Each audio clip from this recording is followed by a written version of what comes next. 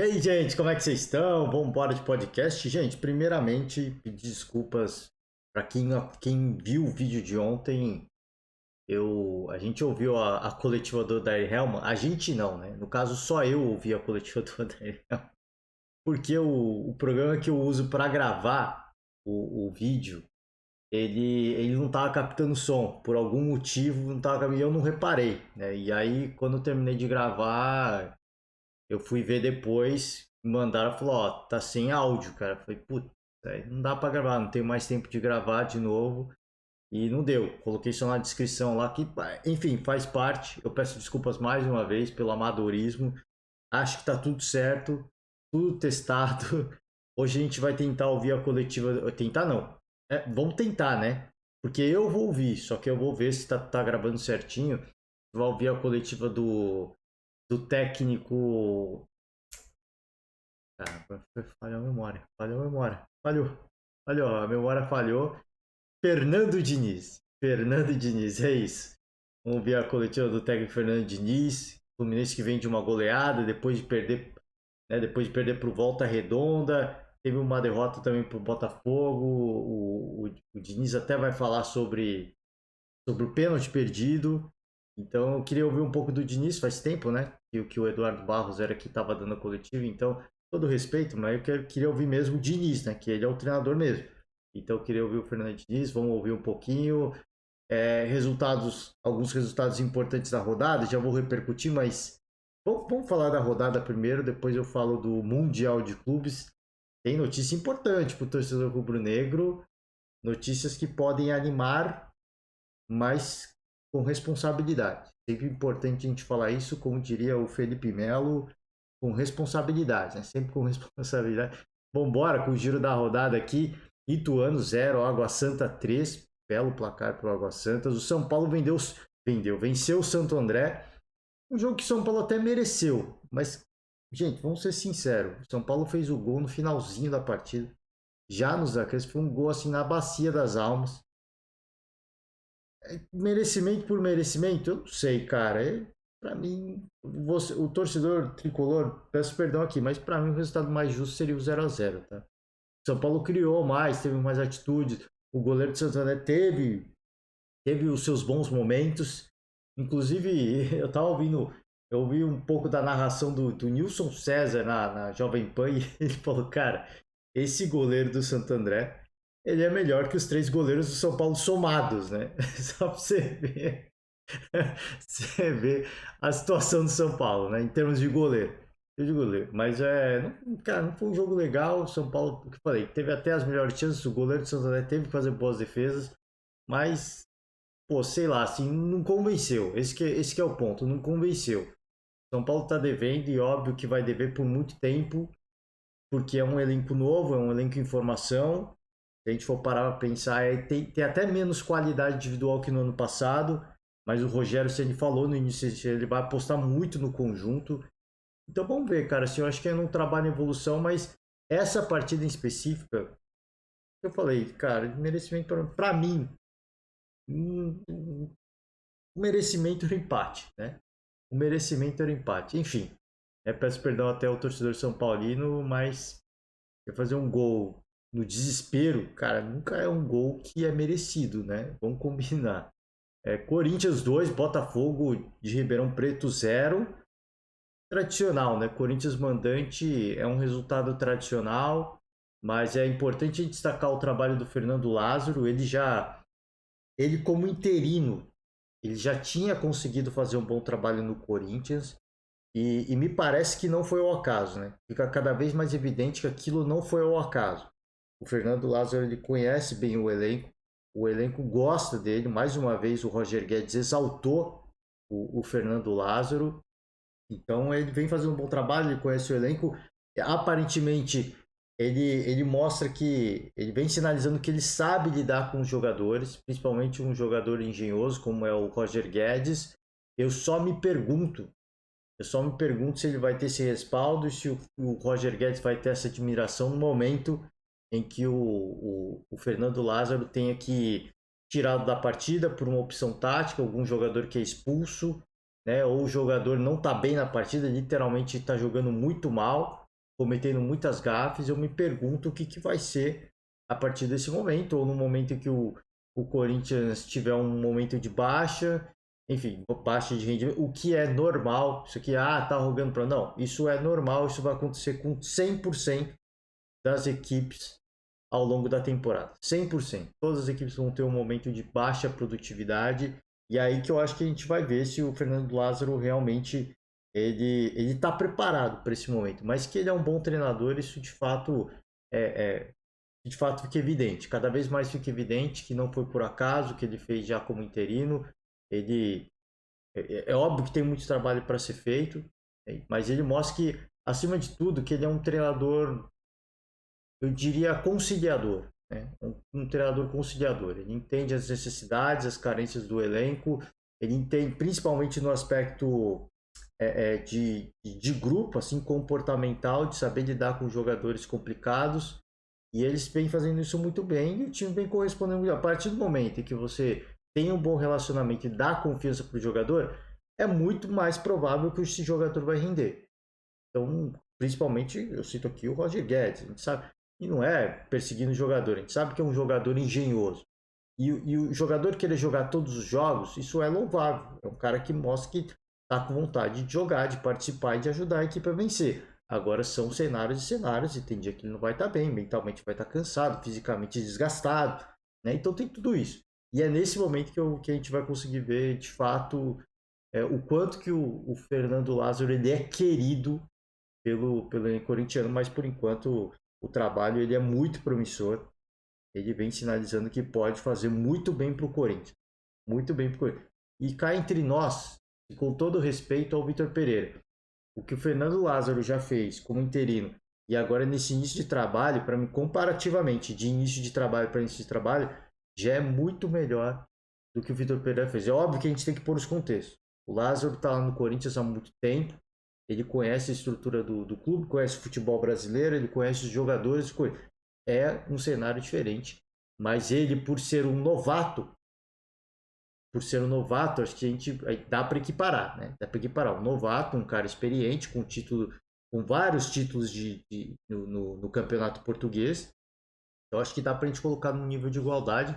E o Fernando Lázaro, no início de trabalho, está saindo muito melhor que o Vitor Pereira, tá? Óbvio que, repito, os contextos são diferentes, mas para quem gosta de fazer essa comparação, dá para colocar que o Lázaro começa com um trabalho até melhor. Portuguesa 0, Inter de Limeira 1. A Portuguesa teve só um grande momento jogando contra o Bragantino e nada mais, né? Segue na zona de rebaixamento do Campeonato Paulista, situação complicada. O Santos também está muito perto da zona de rebaixamento, também outra situação complicada. Campeonato Carioca, Bangu 1, Madureira 0, Boa Vista 0, Botafogo 4. Vai ter resultado do Botafogo. Fluminense 3, Audax 0. Passa pelo Campeonato Gaúcho rapidamente também. Caxias 3, Esportivo 1, Ipiranga 3, Juventude 2. Avenida 1, São Luís 0. São José 0. Brasil de Pelotas 0. Também tem mais resultados aqui. Novo Hamburgo 0. Internacional também 0. Esporte Clube Internacional 0. Vamos pro que eu ia falar do Mundial, né? Porque tem notícia que pode alegrar o torcedor rubro-negro, e a notícia é justamente essa aqui, ó. Courtois está quase descartado para o Mundial de Clubes de jornal, né? Então o Courtois ele sentiu isso, uma partida contra o Mallorca, né? Que o Real Madrid ia ter antes do jogo, já no aquecimento ele sentiu a virilha e nem jogou, né? Quem jogou foi o goleiro reserva e titular da seleção ucraniana, né? Até esqueci o nome dele, deve estar aqui na notícia. E tá fora, tá praticamente fora do Mundial, né? Vai fazer exames, ainda disse que vai fazer exames. É o ucraniano Lunin, né? 23 anos. E além do Courtois, tem a dúvida do Militão e a dúvida do Benzema, né? Então, é óbvio que o que eu falei, eu tinha falado antes, assim, o Real Madrid, mesmo com os desfalques, é bizarro. O time é muito superior tecnicamente ao Flamengo. Eu estava acompanhando o Mesa Redonda, né? Que eles fazem o 1 contra 1, né? num eventual embate entre o Flamengo e o Real Madrid, eles faziam um mano a mano, né? E pega jogador por jogador, possível, né? O possível Real Madrid e o possível Flamengo e faz aquela. Cara, assim, é desigual. Deu 9-2, deu 9-2 pro Real Madrid, se eu não me engano, alguma coisa assim. Só que assim, o Flamengo ficou com 2 pontos porque a galera deu uma moral, né? A galera fez um esforço pro Flamengo, pro Flamengo. Não tem, cara, assim, não dá para comparar. O nível, assim, é óbvio que, assim, no ataque, o Flamengo tem coisas, tem jogadores de muita qualidade. O Gabigol e o Pedro, para mim, são jogadores, e o Arrascaeta e o Everton Ribeiro, são jogadores de nível de futebol europeu, na minha opinião. Eles não jogariam, talvez, nos tops, nas equipes mais tops do futebol europeu, mas certamente tem nível para estar em equipes de nível médio para cima. Certamente sim. O Arrascaeta, para mim, tem nível. Arrascaeta, o Gabigol, o Pedro e o Everton Ribeiro também. Os quatro, para mim, tem nível para jogar nos melhores equipes da Premier League. Não estou falando que é para ser titular, gente. Né? Senão você vai falar, nossa, esse cara tá maluco. Não estou falando que é para ser titular. Eles têm condições de compor um elenco, sei lá, de Liverpool, de Chelsea, na minha opinião, de compor o elenco, tá? E aí compor o elenco, obviamente, que não é ser titular, é compor o elenco. Os caras vão jogar, enfim, um jogo ou outro. Teriam condições, na minha opinião. Teriam condições. Então, assim, são jogadores de nível muito alto, mas se você botar de frente com os jogadores do Real, não dá. Assim, colocaram lá de frente o Rodrigo e o Everton Ribeiro. Esse, para mim, é o único que eu colocaria o Everton Ribeiro. Porque são posições diferentes, né? Posições diferentes, um é mais experiente também. Então, assim, são características diferentes. E para a posição do Everton Ribeiro, para mim, ele é melhor que é melhor que o Rodrigo, por exemplo. Mas aí colocar lá Gabigol e Vinícius Júnior. Pô, não tem como, cara. O Gabigol, se eu não me engano, ganhou, mas porque a galera deu uma moral. É um jogador super decisivo, é um jogador que gosta de decisão. Mas o Vinícius Júnior é o cara do momento, também é um jogador mega decisivo. Não tem como. Aí você coloca o Arrascaeta com o Modric. Ah, mas o Modric tá velho. Cara, mas não tem nível de comparação, cara. É bizarro, assim. É um abismo muito grande. E isso que eu acho o Arrascaeta um baita jogador. Para mim, o Arrascaeta é o melhor meia do Brasil, em atividade no Brasil. Veiga é muito bom, Scarpa foi muito bom também. Mas assim, se você olhar de talento nato, de craque mesmo, o Arrascaeta tem algo diferente. Para mim, isso é a minha opinião. Ele tem algo diferente. O Veiga é muito técnico. Mas o Veiga não é um cara que, para mim, tira um coelho da cartola, faz uma jogada inesperada. O Arrascaeta tem isso para mim. Ele é muito técnico e ele tem esse lance de, cara, de do nada ele poder fazer algo bizarro. Não vai se fazer isso, não acontece sempre, não acontece todo jogo, mas ele tem essa capacidade. Ele tem esse algo a mais. Por isso que eu acho que ele é o melhor meia do Brasil. Se você colocar de frente com o Modric, não dá, cara. Assim, não tem. Com todo respeito, o torcedor, mas não tem daí eu tô falando que o Flamengo não teria nenhuma chance contra o Real Madrid. Não tô falando isso. Não tô falando isso. Tô falando que no mano a mano, pra mim, não tem como, assim. Eu tô pegando o mano a mano que fez o mesa redonda, tá? Deixando os créditos aqui. Pra mim, talvez o único do Flamengo que venceria é o Everton Ribeiro, que eles colocaram de frente com o Rodrigo, né? E aí também posições diferentes. Mas se colocasse o Rodrigo em frente com outro atacante, sei, o Cebolinha, por exemplo, aí é Rodrigo disparado.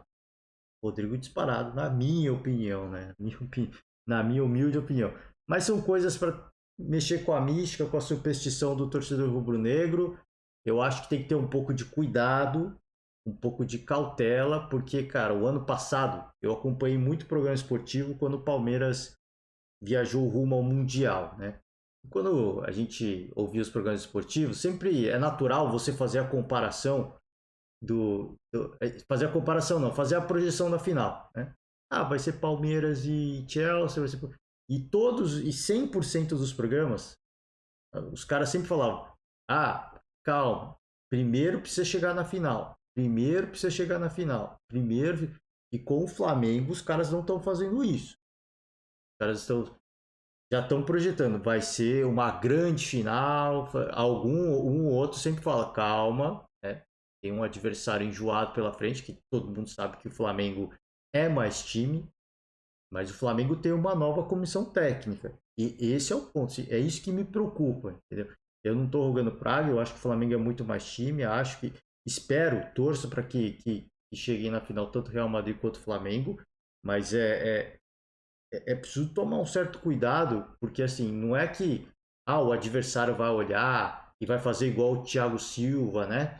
Ah, não, falaram que o Palmeiras ia ganhar do Chelsea, que não sei o quê. O Jorginho também. Falaram um monte aí. Quem falou? Vocês sabem quem falou, com tom de deboche, né?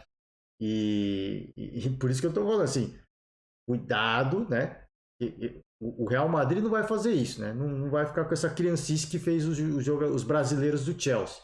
Mas por exemplo, o Thomas Tuchel falou que usou os vídeos da torcida palmeirense lá no Mundial para falar, ó, tá vendo como o título é importante? Então vamos lá e vamos dar importância também. Pode não ter mais importância para o nosso torcedor, mas ó a festa que os caras estão fazendo. Isso é importante. Isso tem peso, isso tem relevância. Então a gente tem que ir lá e tem que jogar. A gente tem que competir. E certamente todas essas coisas que musiquinhas e tudo mais, talvez sejam coisas que o Ancelotti use. Né? Não para criar uma rivalidade, os caras estão debochando da gente. Não, tá vendo como é importante para os caras? Então a gente tem que ir lá, a gente tem que corresponder. Se a gente pode até perder, mas a gente tem que competir. Não vai para lá para fazer passar um vexame, um papelão. Né? Os caras já estão fazendo musiquinha agora sem ter jogado. Se a gente perde, vai ser pior ainda. Não que isso vai importar para o Ancelotti e para o Real Madrid. Pouco vai importar. Se um torcedor brasileiro cantar uma música igual tem a música do Liverpool, né?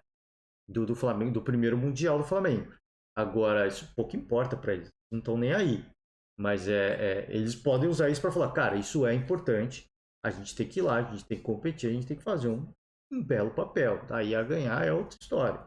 O jogo é jogado. Então, cara, assim, por isso que eu falo, tem que tomar cuidado, porque a gente sabe que o nível de importância do Mundial para os clubes europeus é um título. Eu sempre costumo dizer aqui, cara, ninguém entra em campo para perder. Então, a partir do momento que os caras vão entrar em campo para fazer um jogo oficial, eles são competitivos, eles vão jogar para ganhar.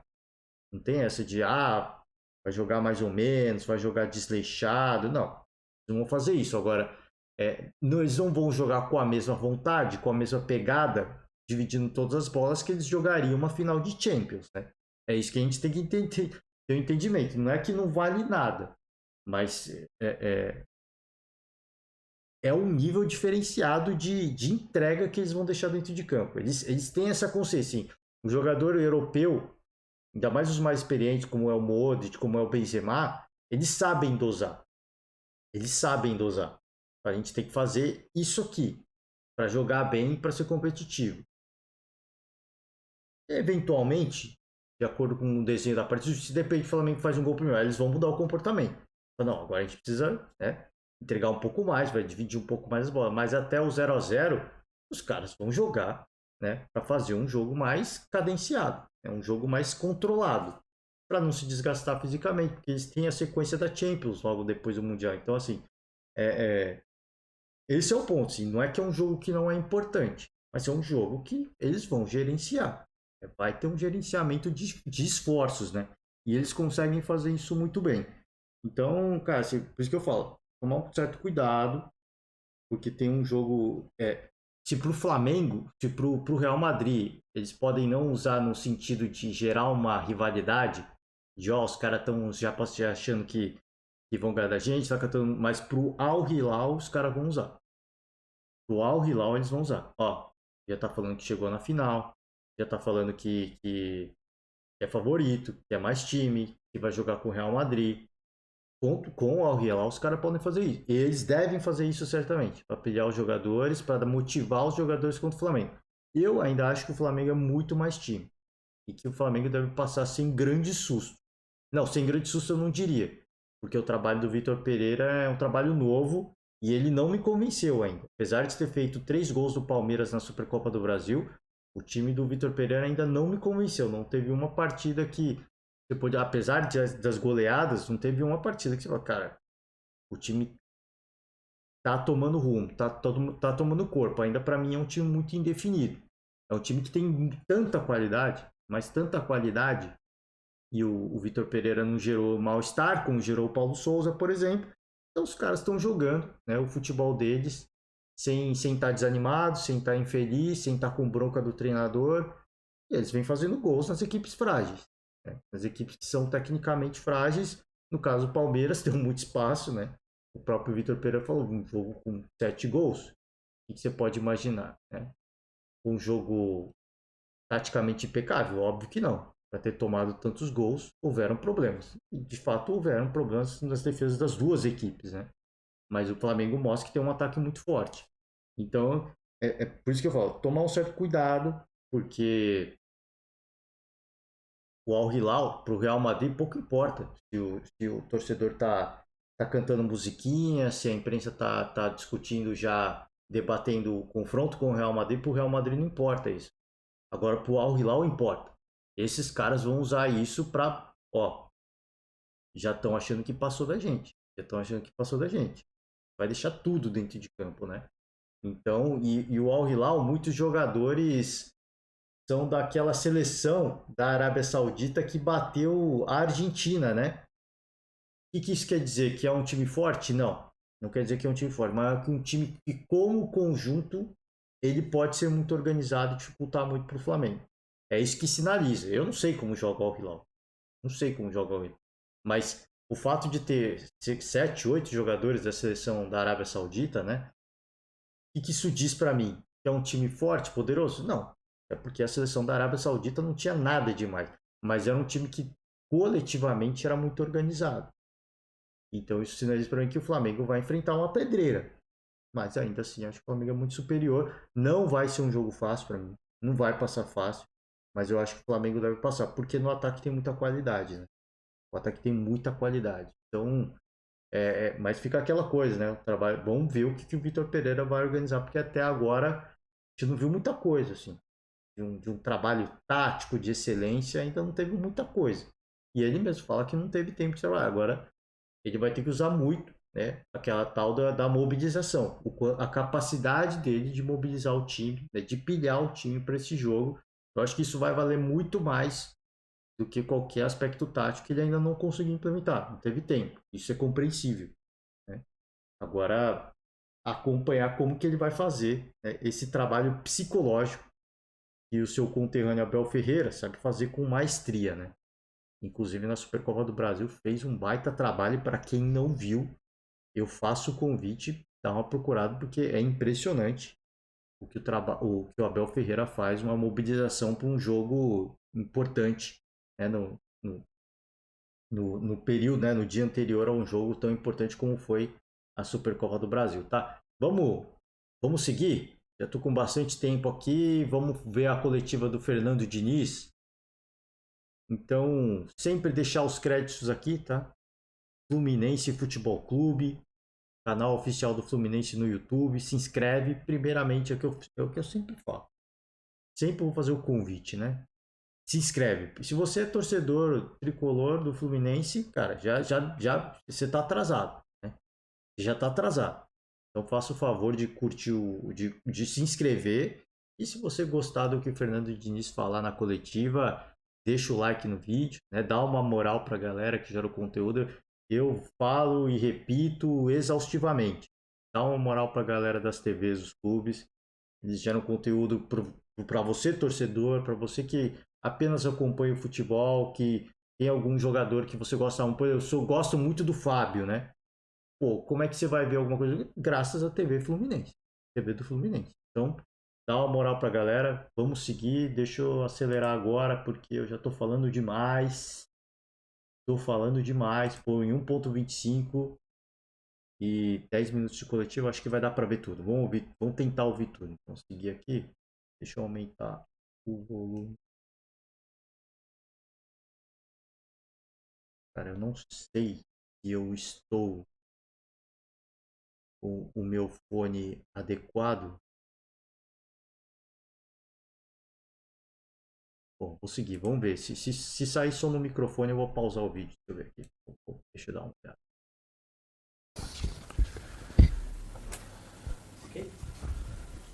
Boa noite, gente. Vamos dar início a... Então não tá legal. Deixa eu só fazer um negócio aqui, galera. Eu coloquei o headset, mas não tá saindo o áudio aqui. Opa, foi mal. Problemas técnicos. O que dá pra fazer aqui? Foi mal. Alguns problemas técnicos aqui.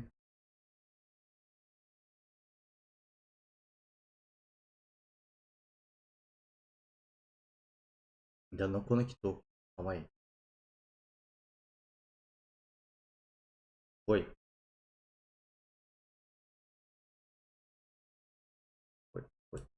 Certo? Tudo certo?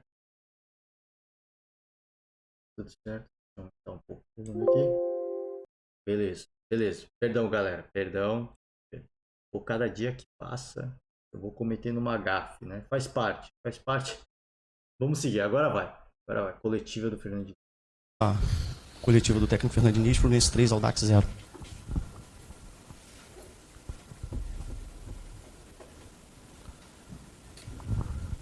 Tudo bem, Diniz? Boa noite, parabéns pela vitória. Noite, obrigado. Queria que você falasse um pouquinho sobre essa volta do Cano a fazer gols. Acho que é importante para todo mundo, não só para ele, mas para o grupo como um todo. E no final a gente pôde observar ali você discutindo um pouco com o torcedor. Não sei se você fica confortável para falar sobre isso, mas se você puder também. Muito obrigado. Não teve nada demais do torcedor. Primeiramente, boa noite, feliz pela vitória. E feliz pelo Cano voltar a marcar, mais do que marcar, ele foi extremamente solidário.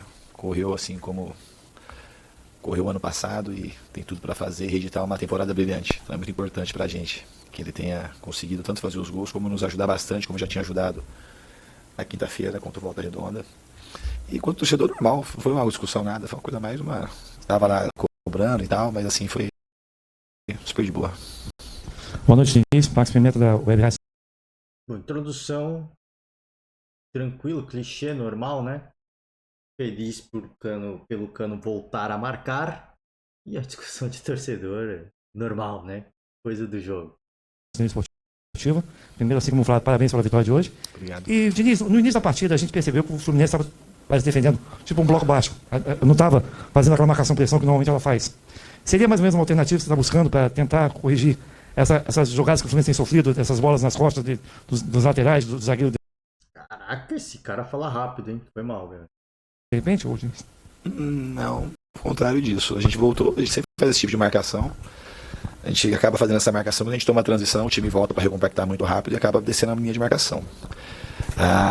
Os erros que a gente teve que a gente tomou o gol do Botafogo e tomamos o gol do Volta Redonda, é uma coisa que hoje a gente também falhou de novo, mas que a gente vai ajustar ao longo desse processo. A gente tem tentado corrigir nos treinamentos, a gente tem melhorado, a gente tem feito muitas coisas boas, a gente marcou alto quase que o jogo todo. A gente não baixou a linha de marcação para ser uma alternativa nesse jogo. Pode ser que em algum momento a gente debaixe para ser uma alternativa, mas a característica principal do jogo, do time, é marcar mais alto e fazer os ajustes necessários para a gente não levar os gols que a gente levou aí recentemente.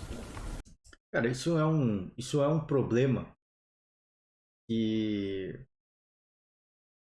o início de temporada me preocupa em relação ao Fluminense, essa questão das linhas altas, né? Porque o próprio Diniz reconhece que há um problema.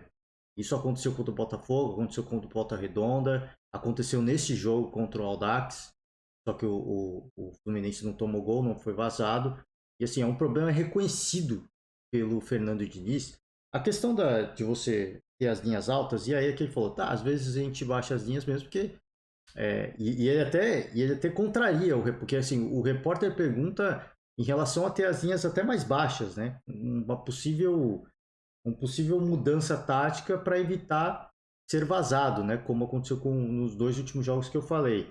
E ele fala, não, o objetivo, a ideia é ter as linhas altas, as linhas de marcação alta, e eventualmente ela vai abaixar também, porque o jogo se desenha e se o adversário avança, as linhas também recuam, você tenta a neutralização com a linha alta primeiro, mas se não acontece, você vai baixando o bloco, né?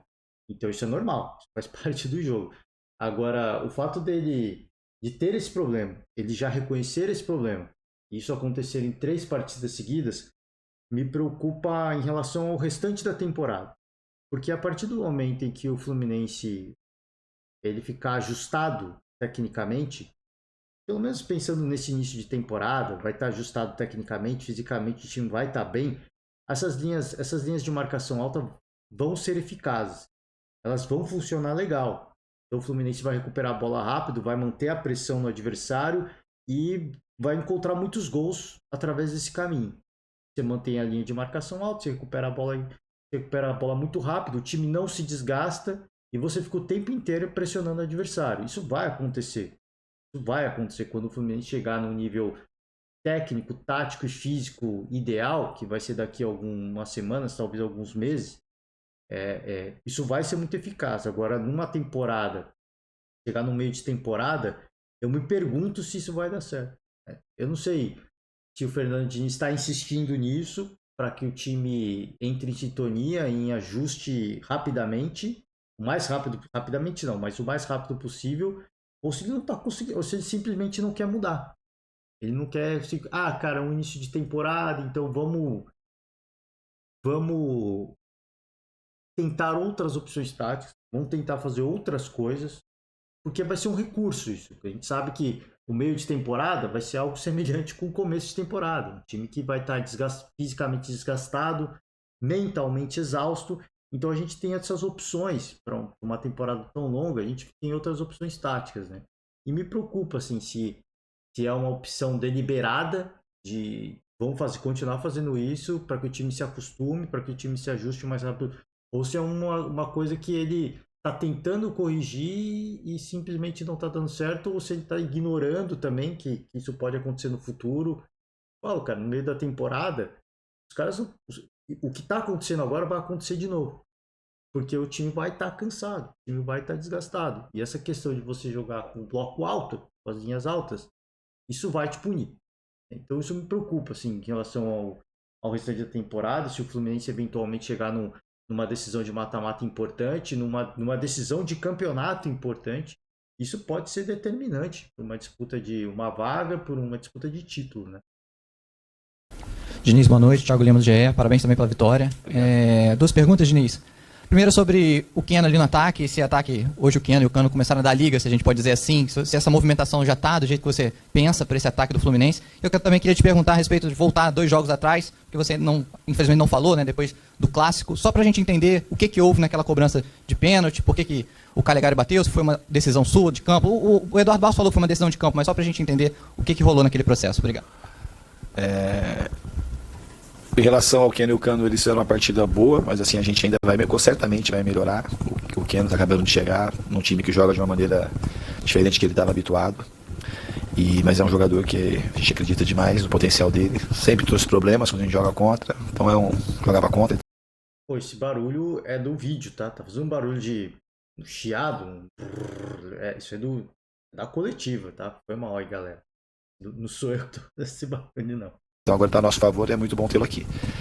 Em relação ao pênalti, foi uma decisão, uma coisa que passou, foi uma decisão de campo, assim, que não devia ter acontecido, mas já passou. Isso também é uma coisa para a gente falar. Se quiser perguntar, pode perguntar mais. Ele infelizmente não estava aqui, mas eu respondo isso tranquilamente. A gente tem até a volta da pergunta, com todo respeito, é uma tentativa de polemizar alguma coisa e o trabalho de vocês, mas não tem muita polêmica. O negócio aconteceu aquilo, foi um erro que foi cometido, mas não sugere em nenhum momento assim quebra de hierarquia, porque uma coisa que eu não tenho com os caras não é uma coisa de ser uma obediência cega.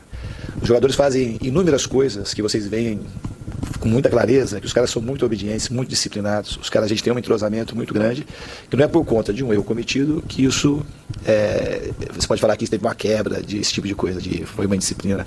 Absolutamente não. Os caras, na hora de tomar uma decisão, tomaram uma decisão equivocada. E serviu também para corrigir, para saber que a gente tem uma maneira de se comportar, a gente tem os batedores de pênalti que a gente tem que seguir. Então não tem, todo mundo assim tem um arrependimento geral daquilo que aconteceu, mas serviu de aprendizado. Que a gente tem que fazer as coisas, a normativa que tinha dentro é uma coisa para ser seguida, que no fundo quando a gente tem o pênalti vai ser batido, tem as pessoas para fazer, a mesma que vai fazer, a mesma que vai errar. Então, quando se bate quem tinha que bater e erra, não ia ter problema, não ia ter celeuma, não ia ter exposição de nada. Mas o mais importante disso é que aquilo serviu para nos juntar mais, para fazer as correções, para saber que a gente tem que estar todo mundo na mesma página, pra gente ser um time forte e competitivo durante a temporada toda. Começou falando do Cano e do Keno, né? Tem muito o que falar também, assim, obviamente que ele vai fazer uma média, vai elogiar os jogadores, falou que o Keno é um cara que dá muito trabalho, né? Enfrentando o Fluminense, no caso ainda jogador do Atlético Mineiro. Falei quando saiu o anúncio de que o Keno iria para o Fluminense, eu tinha comentado até aqui no podcast, cara, para mim vai ser um jogador muito importante nas ideias, no esquema tático do Fernando Diniz, na minha opinião. Se ele ficar bem, se ele ficar à vontade, se ele estiver fisicamente legal e mentalmente forte, ele tem muito, cara, ele tem muito potencial de ser um cara muito diferente no esquema tático do Fernando Diniz. Na minha opinião, eu acho que acredito eu que vai dar muito certo, tá? Eu acredito eu que vai dar muito certo. E aí, perguntado em relação ao pênalti, né, do jogo contra o Botafogo, por que bateu o Calegari e não bateu o Cano? E ele até fala, né, isso é uma tentativa de vocês polemizarem, né, onde não tem polêmica. Cara, não é polemizar, ele não estava na coletiva. Então, assim, pra gente ouvir o treinador, de fato, por isso que eu falei, não é que eu estou desmerecendo o Eduardo Barros, eu quero ouvir o Diniz. Ele é o treinador, é ele que vai falar. As ideias de jogo são dele. Óbvio que os auxiliares, eles vão dar ideias também, mas quem dá a cara a tapa, quem assina o trabalho, né? Sabe aquele trabalho autoral que a gente fala? Quem assina o trabalho é o Fernando Diniz. Então a gente quer ouvir ele, a gente quer ouvir o treinador. Então, assim, com relação a isso, a gente não pode ouvir o Diniz. Se ele tivesse feito um vídeo falando, aconteceu isso e aquilo, foi uma decisão de campo, então não tem, cara, de querer polemizar, né? A polêmica foram os caras que fizeram, eles que fizeram, porque assim, tava perdendo, né? Não é que tava ganhando de 2-0 e aí teve um pênalti e perdeu o pênalti e aí o Botafogo virou, não foi isso. Também seria um cenário absolutamente desconcertante se fosse isso, mas o problema é que você já estava perdendo, teve que correr atrás de um resultado, era a chance de empatar o jogo e simplesmente o batedor oficial não bateu e o pênalti não aconteceu, o empate não veio. Então esse é o ponto que o que aconteceu de fato. Foi uma decisão de campo, obviamente foi uma decisão infeliz, pelo que sugere o discurso do Fernando Diniz, foi um erro que ele falou. Existem os batedores, isso tem que ser respeitado, né? A gente tem o cobrador oficial justamente para isso. Porque é um cara que não vai errar. E mesmo se a partida tivesse 3-0 para o Fluminense, na minha opinião, não é motivo para trocar de batedor. É amadorismo. Você tem que pôr o batedor oficial para bater quando ele está em campo. Se ele está em campo, tem que pôr ele. Não tem essa de, não, estamos ganhando, está sobrando, vou dar uma moral. Cara, não, você tem que ser profissional. Uma exceção ou outra, eu abro uma concessão. Por exemplo, um jogador que vai se aposentar, um jogador que está fazendo aniversário, né? O jogador que de repente é um grande ídolo, é o último ano dele, deixa ele bater para ele marcar um gol pelo menos no último ano. Então, assim, algumas situações excepcionais, eu concordo que a troca do batedor pode acontecer. Agora, você não pode ser amador. Você não pode ser amador. Então, pelo que fala o Fernando Diniz, para mim houve uma decisão. Para mim não é que houve, de fato houve, né? Ele mesmo falou, houve uma decisão equivocada. Isso para mim sinaliza um certo amadorismo ainda. Não acho que é a falta de comando, que eu acho que assim, você não pode ser resenhão. Se for uma decisão de campo, teve uma resenha ali e tal, é o que o Barolo falava do Reinaldo, né? Teve um pênalti que, eu não lembro que jogo, o Reinaldo deixou outra pessoa bater, perdeu o pênalti, ele falou, o Reinaldo é resenhão, né? Ele tem que ir lá, ele tem que pegar a bola, ele tem que bater, porque ele era o cobrador oficial. E para mim tem que ser assim também, não tem que ser resenha. Se você ser resenhão, isso é amadorismo. E se você tem amadorismo ainda, não tem profissionalismo, isso é um problema. Isso é um problema porque a gente sempre fala aqui, no Flamengo não tem margem para amadorismo, no Palmeiras não tem margem para amadorismo. Se você for amador, se você tiver margem para amadorismo, você não vai chegar nos caras esse ano. Não tem que assim, tá sendo muito rigoroso, tá sendo muito radical, cara. Assim, infelizmente, para quem quer chegar. Felizmente, tanto para o Palmeiras quanto para o Flamengo. Mas, infelizmente, para quem quer chegar, se você não tiver uma gestão e um comportamento dentro de campo profissional, você não vai chegar nos caras. Infelizmente, não vai. Porque os caras estão num outro momento. Os caras, literalmente, estão num outro patamar. E aqui não é usando o folclore do Bruno Henrique. O Palmeiras e o Flamengo estão em outro patamar nesse momento. Tanto dentro de campo quanto fora de campo. Então, se você quer chegar nos caras, se você quer rivalizar com os caras, você não pode ser amador. Você tem que ser profissional. Se existe o cobrador oficial, é ele que bate. Pode estar 10-0, é ele que vai bater. A menos que o treinador troque o jogador. Fala, vou trocar agora para ele não bater e bater o outro. Aí sim, tá trocando o cara, vai ficar o outro e o outro bate. Né? Nesse caso, sim. Caso contrário, para mim, eu acho que tem que ser profissional. Todos os momentos, contra todos os adversários, independente da situação. Ao salvo algumas exceções que eu acabei de falar aqui, pô, é o último jogo do cara, né? Tá se despedindo do futebol, é aniversário, quer dedicar para a família, para os amigos. Salvo raras exceções, isso se o time já estiver ganhando, tá? Isso se o time estiver ganhando já. Salvo raras exceções, eu acho que tem que ser muito profissional nessas horas, especialmente quando você está perdendo o jogo. Diniz, boa noite, parabéns pela vitória. Marcelo Neves, Jornal o Globo. Minha pergunta também segue um pouco na linha do Thiago, também duas em uma. Primeiro que você falasse sobre o Jorge, a gente viu que ele foi titular hoje, que você avaliasse a atuação do Jorge. E também, se você pudesse prosseguir no assunto sobre o que foi conversado no vestiário. No vestiário, principalmente no primeiro treino pós o lance do pênalti do Calegari. Mas nesse assunto de novo, vocês não ficaram contentes com a resposta. Foi conversado um monte de coisa que a gente conversa internamente, a gente vai falar aqui. Foi uma coisa que tem que ficar para vocês. O que a gente conversou foi uma coisa que melhorou o Fluminense com o time. Melhorou nossas relações, melhorou assim a consciência que a gente tem que ter do futebol, da importância que o jogo tem para nós. Então assim, o Fluminense melhorou aquele episódio. Foi muito ruim para aquele dia, mas para nossa sequência, que é o que importa, foi um momento muito importante. Em relação ao... Agora o cara quis polemizar. Agora eu concordo que ele quis... A primeira pergunta, eu acho que foi uma pergunta normal, né? O Fernando Diniz não falou sobre o assunto. Ele acabou de falar sobre o negócio e o cara perguntou como é que foi a conversa no dia seguinte, né? E agora ele tá tentando polemizar. Mas já até ficou, de novo essa pergunta.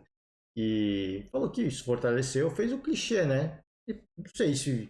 Talvez eles tenham ouvido algum ruído de que, pegou mal, houve uma discussão aqui, houve um mal-estar ali. O Fernando Diniz, obviamente, que não vai falar isso, né? Então, esse é o tipo de pergunta inútil. Você tá queimando uma... Na verdade, ele não queimou, porque ele falou, vou fazer duas em uma. Então, ele não queimou pergunta nenhuma. Mas não vai falar, obviamente, que houve algum problema, né? Se houve algum problema de fato, ele vai minimizar. Isso deixou o grupo mais forte.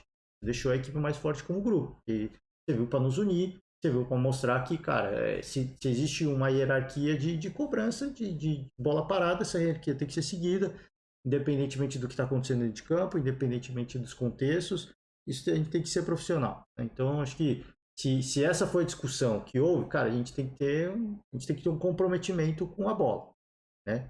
Tem que ser profissional. Se essa foi a discussão que teve, eu acho que realmente agregou muito valor e o grupo deve ter crescido muito com isso de fato, né? Mas se houve debate, se houve bate-boca, se houve uma mesa redonda, isso ele não vai falar, obviamente.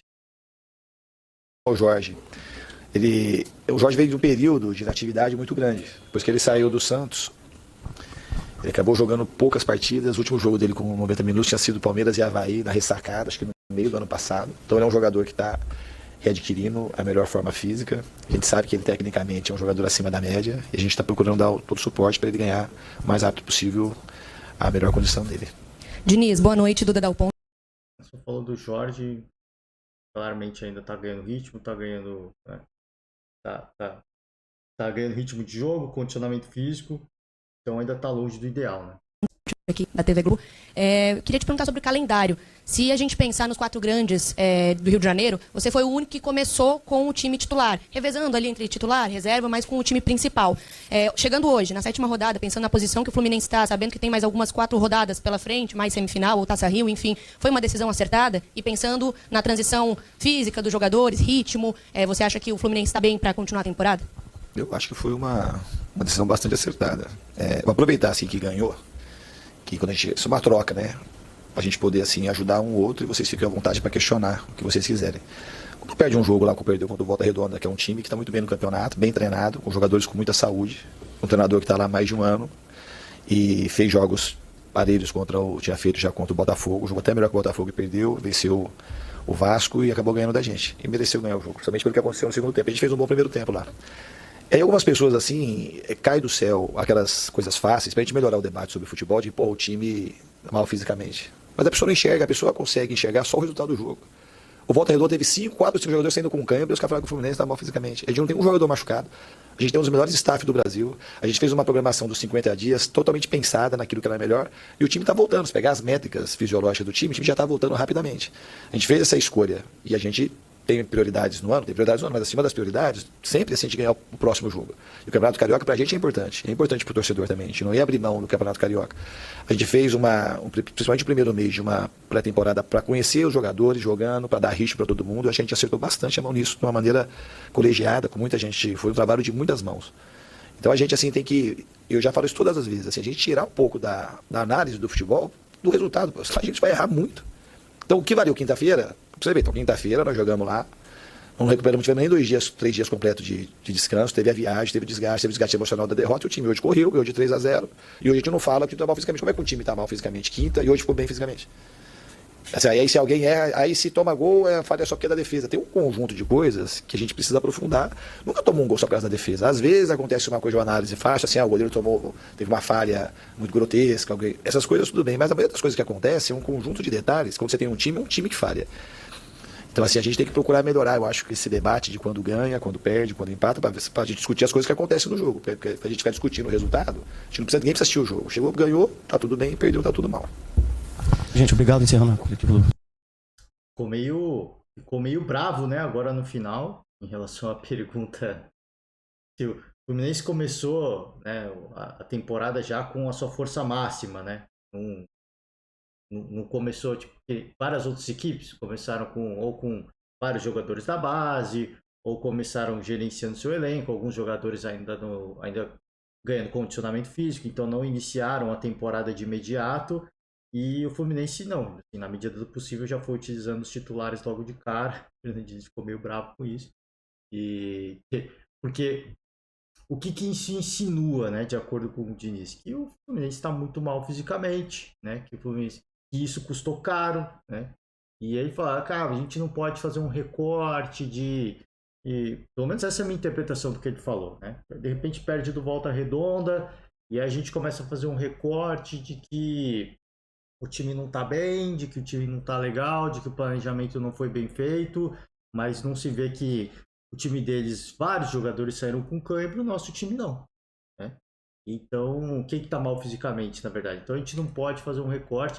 Eu entendo tudo isso que o Fernando Diniz falou, eu acho que a questão, acho que a pergunta não foi nem por esse viés, tá? Não sei, ele deve ter ficado ofendido de acordo com coisas que ele deve ter ouvido ao longo das últimas semanas. Mas eu acho que a pergunta não partiu nem para esse viés de questionar o planejamento do Fluminense ou questionar, assim, eu acho que o ponto é mais no sentido de, pelo menos essa é a minha ideia, tá? Essa é a minha ideia de, cara, assim, começou dessa forma, então você meio que colocou o time na linha de frente logo de cara. Então, o que isso cara, é difícil de explicar, não tô conseguindo explicar a minha ideia. Você meio que tá queimando o time titular logo de cara, é isso. De repente você começa com vários jogadores da base do campeonato, você fala, pô, o time tá meio devagar mesmo, né? E aí a leitura que a galera começa a fazer, pô, é início de temporada, isso faz parte, né? E você vê que ele tá colocando muita galera da base, tá colocando poucos titulares ainda, porque os caras estão voltando de férias, tá todo mundo se condicionando, os caras fisicamente não estão preparados. O fato dele colocar isso logo de cara, meio que queima, entre aspas, né? Porque eu não acho que ele tá queimando ninguém, mas meio que queima esse cara. Então eu acho que a pergunta foi mais por esse viés de, cara, talvez, será que nesse planejamento, nessa gestão do elenco, não era melhor ter esperado um pouco mais, mesmo sabendo que o time não estava pronto, ou que o time estava pronto, ou que sabia que ia começar mais lento mesmo, tá tudo de acordo com o planejamento dele. Eu acho que foi mais nesse viés, e foi muito na defensiva. Eu acho que ele poderia ter falado que, cara, não, a gente fez o nosso planejamento muito bem calculado, né? como ele falou, ele fez o planejamento muito certinho, foi tudo de acordo com os planos. Ele poderia simplesmente ter falado que, minha ideia, pelo menos, ele não precisava ser tão, né, tão rude, né? Não precisava ter sido tão rude. Ele poderia simplesmente falar que, cara, é tudo de acordo com o planejamento. Obviamente que algumas derrotas, alguns resultados, é o discurso clichê isso, obviamente, né? Obviamente que alguns resultados não foram legais, não foram o que a gente esperava. Tá tudo dentro dos planos. O fato de a gente ter iniciado a temporada com a maioria dos titulares, né? Isso vai se pagar no final. Porque os nossos jogadores, os nossos principais, os nossos protagonistas vão estar prontos lá numa disputa de semifinal, de final de campeonato. Enquanto outras equipes ainda, os caras vão estar ganhando ritmo, melhorando sua qualidade. Talvez ele pudesse ir por esse caminho, né? Ele ficou meio burrado, meio injuriado, porque ele entendeu que foi uma crítica ao trabalho dele. De que, perdeu do Botafogo, perdeu da Volta Redonda, e assim, ele fala, pô, a gente não pode também ficar só fazendo recorte. Só que ele também tem que entender que o futebol, ele é resultado. E no início de temporada, é injusto a gente também ficar falando de resultado, mas ele tem que entender que futebol é resultado, né? Resultado é o que move o futebol, infelizmente é isso. Um dos motivos pelos quais o Fernando Diniz ele é muito questionado é justamente pela falta de resultado, né? Então acho que isso tem peso, isso é importante, obviamente que também não é só isso que conta, né? Não é só isso que vai pesar no resultado final, mas isso conta, né? Isso serve para fazer. Infelizmente a análise rasa, a análise apenas dos resultados, é o que todo mundo vai lembrar no futuro, é o que eu sempre falo aqui, vira e mexe eu falo aqui. E daqui a 5, 10 anos, ninguém vai pensar, como é que foi o jogo? Pô, foi um jogaço. Foi um jogaço. Imagina assim, Volta Redonda 1, Fluminense 0. Como é que foi esse jogo, né? Daqui a 5 anos? Vamos falar, quem vai lembrar como é que foi o jogo? Vamos só olhar o resultado. Caraca, o Fluminense conseguiu perder no Volta Redonda, hein? É isso que vão olhar. No final, daqui a vários anos, ninguém, a menos que seja um jogo épico. A menos que seja como foi a Supercopa do Brasil. Foi 4-3, aí não vão simplesmente só falar do resultado. Falar, cara, foi um baita jogo. Tecnicamente não foi um primor. As defesas estavam muito vazadas, mas foi um baita jogo. Duas equipes que foram para cima, que se agrediram, que buscaram resultado, que não queriam perder de jeito nenhum, que um queria ganhar do outro, que o torcedor estava polvorosa, não pode perder para o rival, não pode perder para o rival. É isso que vai ser falado daqui a alguns anos. É isso que vai ser falado. Não apenas o resultado, mas aí é só um jogo épico que isso vai para final de Copa do Mundo. Vamos falar só do resultado? Não, vamos falar que foi um baita jogo. Um baita jogo. A gente já estava ganhando fácil, de repente a França deixa a França encostar, e aí o jogo vai para prorrogação, e aí, aí vai nas penalidades. Dibu Martínez faz a sua famosa catimba, ele intimida os jogadores da França e a Argentina é campeã nas pênaltis. E aí a gente vai falar do quão épico foi o jogo. A gente vai falar que, não, um jogo, disputa de penalidades, né? Jogo sem graça, pouca trocação, dois times covardes. Não é isso que a gente vai falar, né? Vai falar que foi um baita jogo épico. Mas aí, isso é o jogo que vai proporcionar esses jogos de início de campeonato estadual, que são jogos tecnicamente muito abaixo do que a gente se espera. A gente vai simplesmente olhar o resultado ralo, nu e cru, e falar, cara, o Fluminense perdeu aqui. O Fluminense perdeu, né? Então, é por isso que eu falo, tem que tomar um certo cuidado que eu entendo, eu concordo com o Diniz, não dá para simplesmente avaliar números, dá para simplesmente só avaliar resultados, mas infelizmente é o resultado que todo mundo vai lembrar daqui a 5, 10 anos, né? Pelo menos quando o jogo não é épico. Enfim, gente, é isso. Vou fechar por hoje. Bom ouvir o Fernando Diniz, né? Bom ouvir o treinador do Fluminense. Queria ouvir o Diniz há muito tempo, né? Pra quem tá acompanhando aí já sabe que já tô há uns 2, 3 jogos do Fluminense, já tô querendo ouvir o Diniz. E com todo respeito ao Eduardo Barros, já falei. Mas eu queria mesmo ouvir o treinador do Fluminense, tá?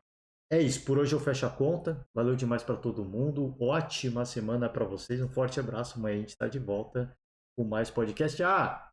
Em relação, eu sempre falo aqui, falei que eu vou falar todo dia, então tem que falar rapidamente. Em relação ao caso do Dani Alves, nada de novo em relação ao caso específico, tá?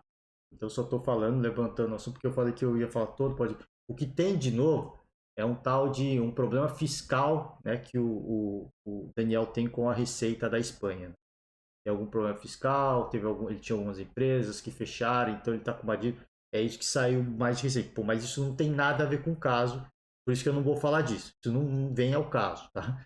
Não tem nada a ver com o caso, então não vem ao caso, mas eu deixo aqui sempre a bandeira, né? Deixar o assunto em pauta é algo importante. Vou continuar com esse assunto em pauta até que o caso tenha algum sinalize para algum caminho, né? Quando chegar começar pelo menos o julgamento, aí a gente, pô, agora sim a justiça está agindo. Eu não estou sugerindo que houve ou não houve, mas eu vou aguardar até a justiça agir.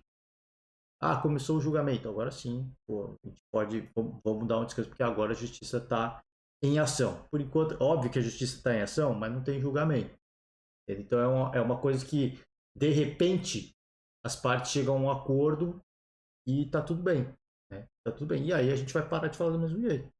Então, vamos aguardar para ver os desfechos e os desdobramentos, mas enquanto não tiver nenhum desdobramento, a gente vai continuar falando, levantando a bandeira, o assunto, e quando tiver notícia nova em relação ao caso, a gente vai falar, mas por enquanto não tem nada, só tem em relação ao Daniel Alves e uma dívida que ele tem com a Receita ali, né, da Espanha, enfim. É isso, por hoje é isso. Agora sim finalizo, valeu demais, ótima semana para todo mundo, forte abraço e até amanhã. Tchau.